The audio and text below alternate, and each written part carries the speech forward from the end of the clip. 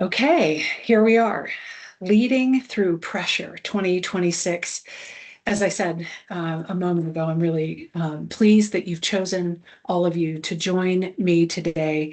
And as we go through our time together and others join, it will be easy for them to stay connected and catch up. And I looked at the registration list before we started, and most of you, but not all, know TRG well. So just for 1 second, want to remind you about who TRG is. We are a group of almost 30 people who believe mightily um, in the power of creativity, of arts and culture in communities, of the impact of creativity on individuals. And our firm is a data-driven firm. And when you are data-driven, it can be disruptive. So we liken ourselves to a fitness coach a little bit, that kind of person who walks alongside leaders and organizations to help create the change that's required to help create the revenues that are recurring, that revenue that's renewable and repeatable, count onable, that we can budget for in advance as our clients do. We like to think of ourselves as a change agency that helps get those results for the arts and cultural field. And if you look from right to left, actually, which is not how we normally do this, we work with nonprofit organizations, mostly charities and nonprofits. Some work on the West End and in commercial Broadway, but also with government and funders. And we work in the visual arts with libraries and museums. Performing arts organizations have been a part of our client base and our sort of experience set and expertise for more than 30 years.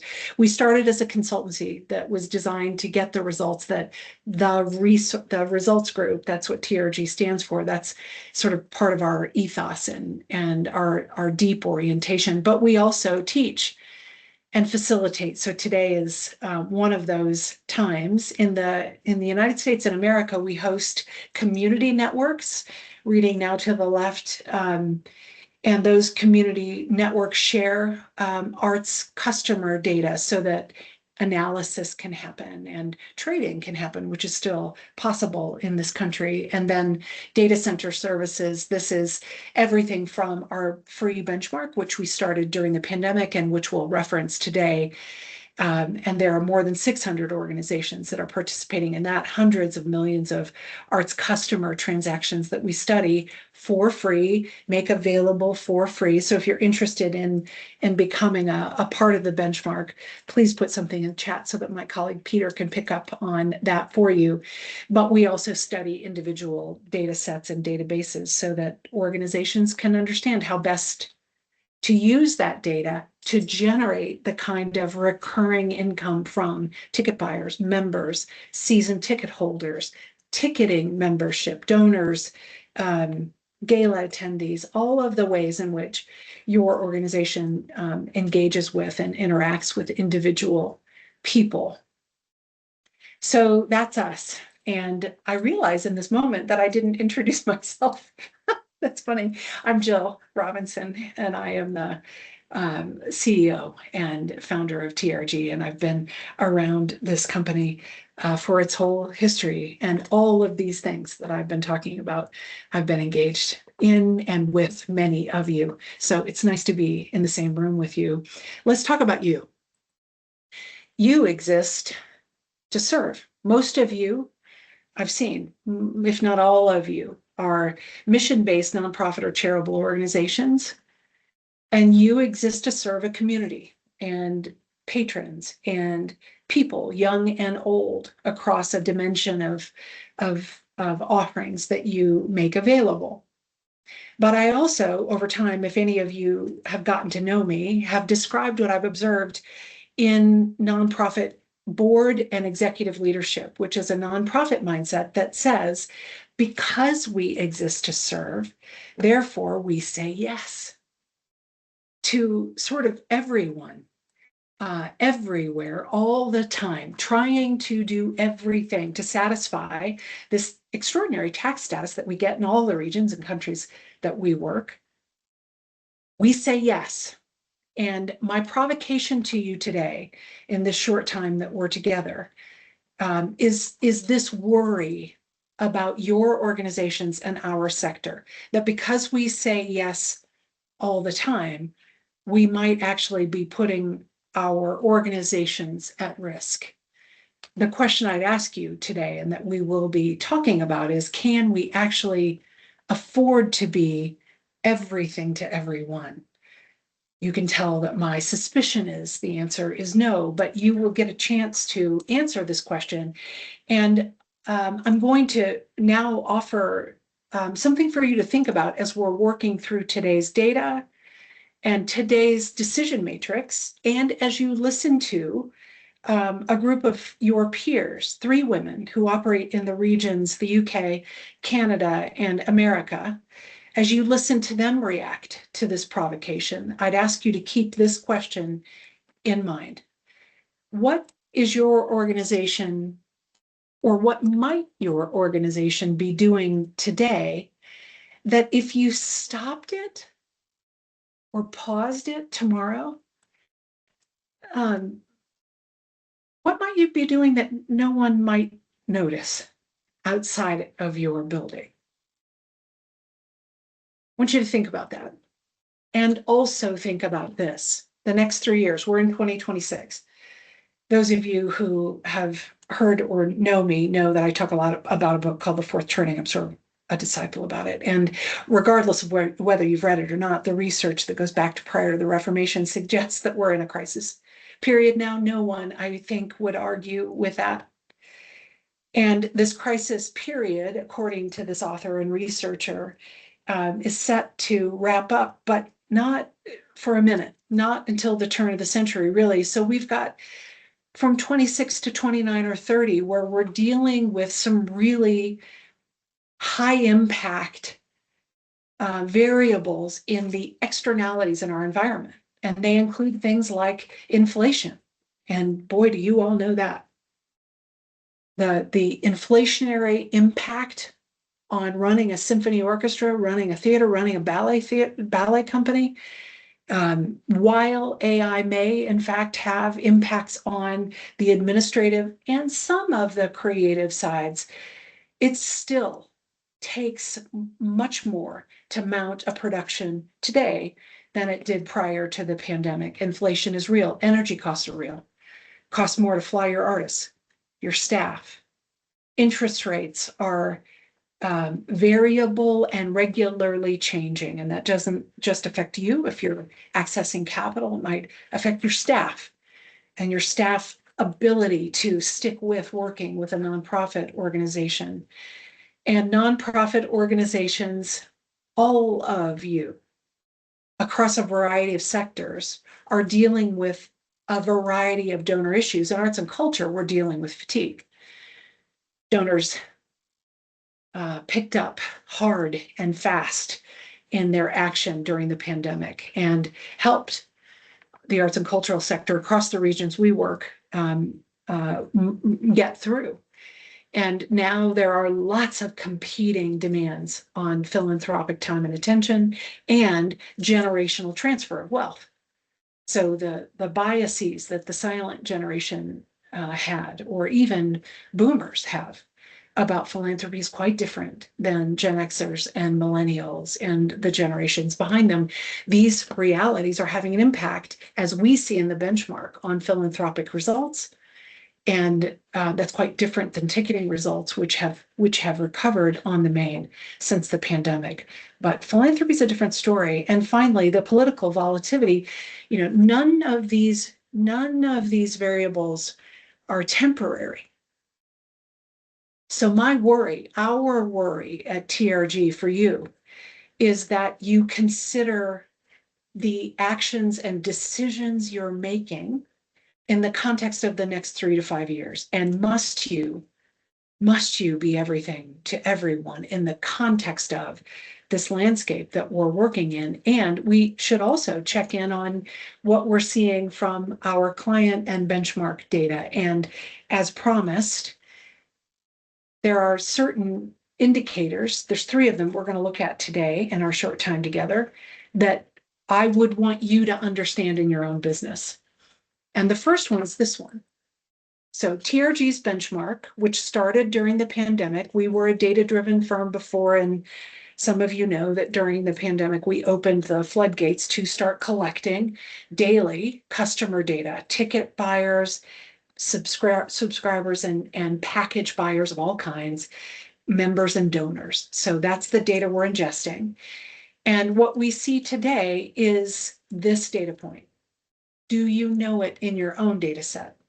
What proportion of your households in your database are attending only once? The benchmark says in the aggregate, 72% of the attendees that are visiting your organizations attend only once. And that number has gotten worse since the pandemic. The blue bar is 2025 data, end of calendar year 2025 through that time.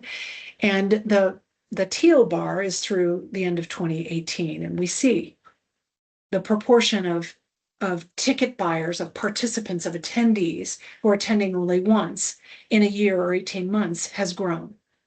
So the remaining 28% who attend 2 or more times is on a decline. Naturally, the math would suggest that. And here's the provocation about this for you.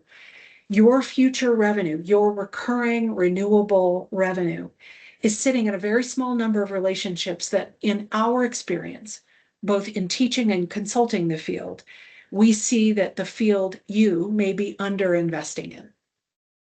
So KPI number 1, in your database, what proportion of your households are engaging only one time? And what does that mean about the proportion of households that you are possibly ignoring because the math of the one-timers is so loud proportionally? We would urge that you pay attention to the 28%. The second is another math KPI.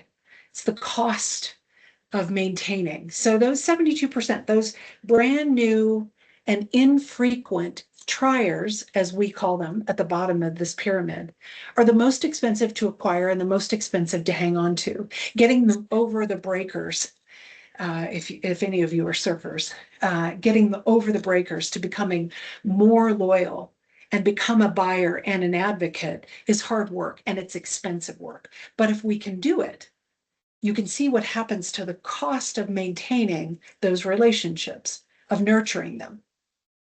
And so the provocation today is that every dollar that your team is allocating to chasing strangers is a dollar that's not deepening relationships with the people who've already chosen you, who've opened their wallets, who've walked into your institution and have said, we love the organization that you are and want to participate in. The third metric is about volume. This is again from the benchmark. If you're in the US or the UK, you've maintained or maybe even declined slightly the number of programs that you're producing or putting into your community over the past couple of years. But if you're in Ireland or Canada, that has grown. And regardless, all of you are dealing with the inflationary costs of doing what we do. The question is, are you running more than you can resource? And the math with inflation isn't subtle. We hear it all the time. And the question now and for today is, can you, in fact, continue at the rate? Is your organization, your board, your team running on autopilot based on realities that don't serve you, your community, your organization anymore? I'd be so bold as to say you can't be everything to everyone. And I'm not sure the next 3 years are going to allow it. So with that in mind, because we both provoke and hope to inspire at TRG, you may know that we host executive summits and have for years, started before the pandemic. These are gatherings that are 2-day intensives where CEOs, artistic leaders, and board chairs come together for intensive strategic work to plan how their teams will operate. Their decisions will be made around the recurring revenue that organizations like yours can budget for and count on. And there are three organizations, three of your peers that came out of the last one that we did here in Colorado Springs in March. Three organizations that made three different choices, but they had one common variable. And that variable is that they decided when they left Colorado Springs to commit to stopping something. And I can speak from experience. Deciding to stop or pause something is among the hardest things leaders can do. These three have done it. I want to showcase their decisions as a potential spot of inspiration for you. The first is from the Fort Worth Opera. Angela Turner Wilson is the general and artistic director there. And at the end of her 2 days with our team, she now, I've spoken with her, has made the decision to shift their focus from the intense chase after new audiences that post-pandemic we hear louder and louder than ever before. 10% of their database was repeat customers and patrons. And she set an objective to grow that to 15 to 18%. This is a direct quote from her at the end of that 2 days. I'm going to ensure that our team and our resources are focused on loving the ones who love us. She said, we're going to stop the focus, the wild focus on acquiring, and start to put the lens of focus, time, and money on loving the ones who love us. Fort Worth Opera in Texas. The second is Theater 605. Theater 605, 605 stands for the area code in South Dakota. They're a statewide theater organization. Linda Anderson is the executive director. And as she came into the summit with her colleague Liam, they had three programs that were getting ready to implement, and they were ambitious programs and ones that they were committed to. But as a result of the time together, they said, whoa, wait. Our team is statewide, it's remote. We inherited a culture that isn't revenue focused. It's not entrepreneurial. And why on earth would we layer these new programs on a culture that isn't prepared to deliver and be accountable? Discipline is one of the focus areas we have at TRG, and something we talked at length about at the executive summit. And she said, listen, discipline is the most important thing we can create at Theater 605, and things can stop. The sky won't fall. We're going to pause for a moment, get ourselves together and organized before we just go off and do and say yes, like we always have. The third is the Flynn Center. From the Flynn Center in Burlington, Vermont. Jay Wall is the executive director there. He came with his board member, his board chair, and together they said, whoa, we observed to them, they're one of the few, less than 20% of organizations that thrived through the pandemic, that grew because of their commitment to their entire state, and not just their big, sexy venue in Burlington, but the regional and rural communities. And the stop that they did, the decision they made was to stop the heroic CEO model and say, we have to scale for growth. We actually have to invest. So they've created two new positions that report to Jay, so that Jay isn't responsible for everything. Many of you in this room, I know, feel like you are. Two new posts: a chief growth and impact officer, and a chief experience and infrastructure officer. Revenue growth, recurring revenue growth, and experience, how it shows up, the context that patrons and audiences come into when they come into the Flynn Center, and experience the creativity that the Flynn Center makes happen throughout the state. These three people have in common these things. They named what they would stop or pause, and they linked it to revenue. and margin and mission. And crucially, they made a call before the crisis, or a crisis made it for them. So today, in our time together, I'm going to introduce a matrix. You, of course, will get a copy of this deck. We're calling it the pause or stop matrix. There are 3 lenses and 1 question and 1 clear next step that I want you to be able to name before you leave today. So I'm going to step you through this and then re-step you through it. Some of you will go fast and you'll do the work in advance, and some of you will appreciate the stepwise approach. So you'll hang with me either way. But here's what we're going to do. You're going to think of a candidate, a program, or an initiative, an audience segment, or an activity that kind of nags at you. And I know you all have them. The one that you suspect that might be consuming more than it returns for your team, your P&L, your mission. And you might just right now know the one. And I want you to think about it in these 3 lenses. First, revenues. So the revenue question is this: does this program initiative segment generate meaningful revenue today, or can you see a path to it soon? Let's call it 24 months. If it's material, you're going to counterintuitively maybe score it low. So if there's material revenue, or you can see it coming, give it a 1. You're going to score it between 1 and 5. If the revenue is flat or declining, or if this is symbolic, give it a 5. So the first lens is revenue. The second is margin. So this is going to be back of the napkin math for you, but just quickly. After you load in all the costs, does this thing you're thinking about contribute positively or consume more than it returns? Same scoring mechanism. If it's a contributor, gets a 1. If it's a net drain, alarm bells, 5. And then finally, mission. All of you have them.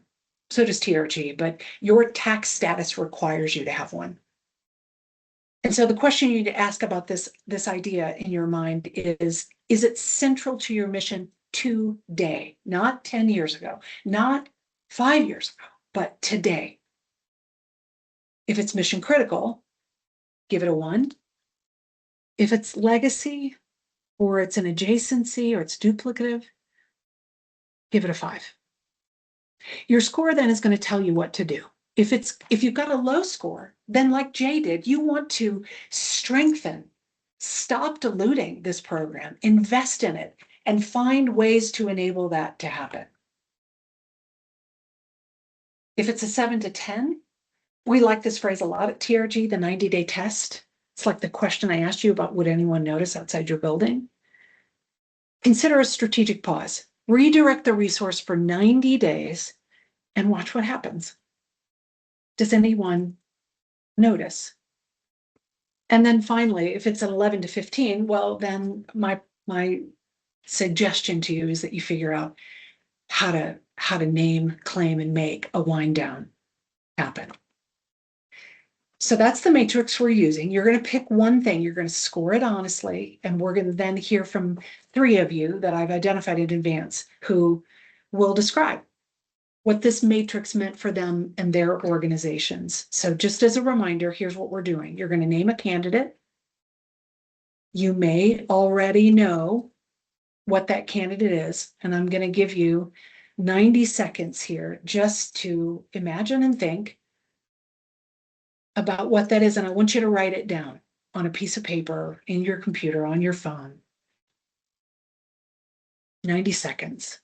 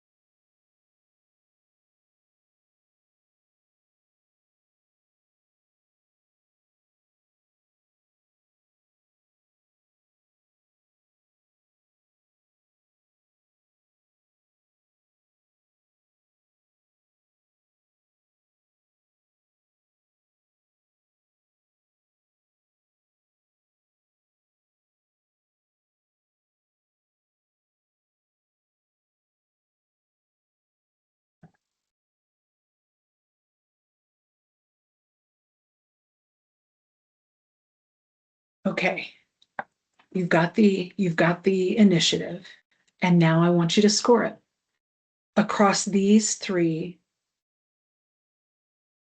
variables: revenue, margin, and mission.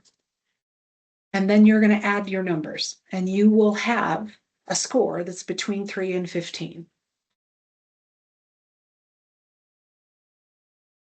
I want you to just take a minute to do that work. And when you have that number, I want you to put it in chat, just the number across these three categories.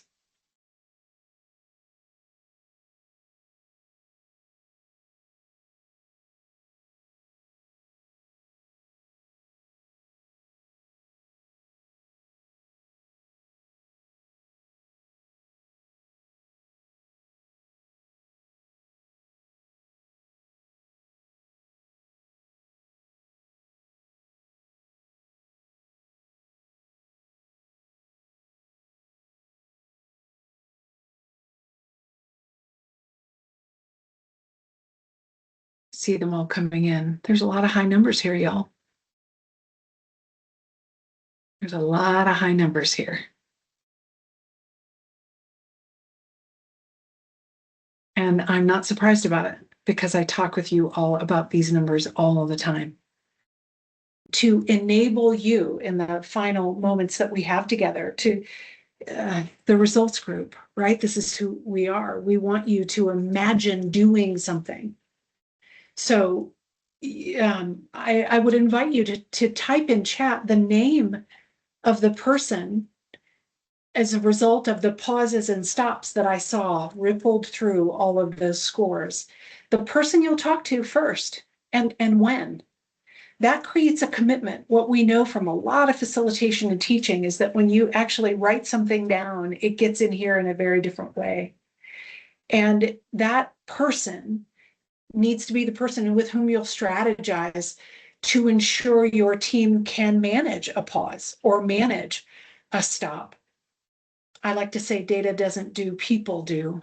And certainly in our consulting work, it is, you can have data all day and all night, lots of reports and lots of KPIs, but unless people are engaged in a process and can follow through and are held accountable while also being coached and cheerled, things just don't happen. But protecting your mission for the long term sometimes means saying no in the short term.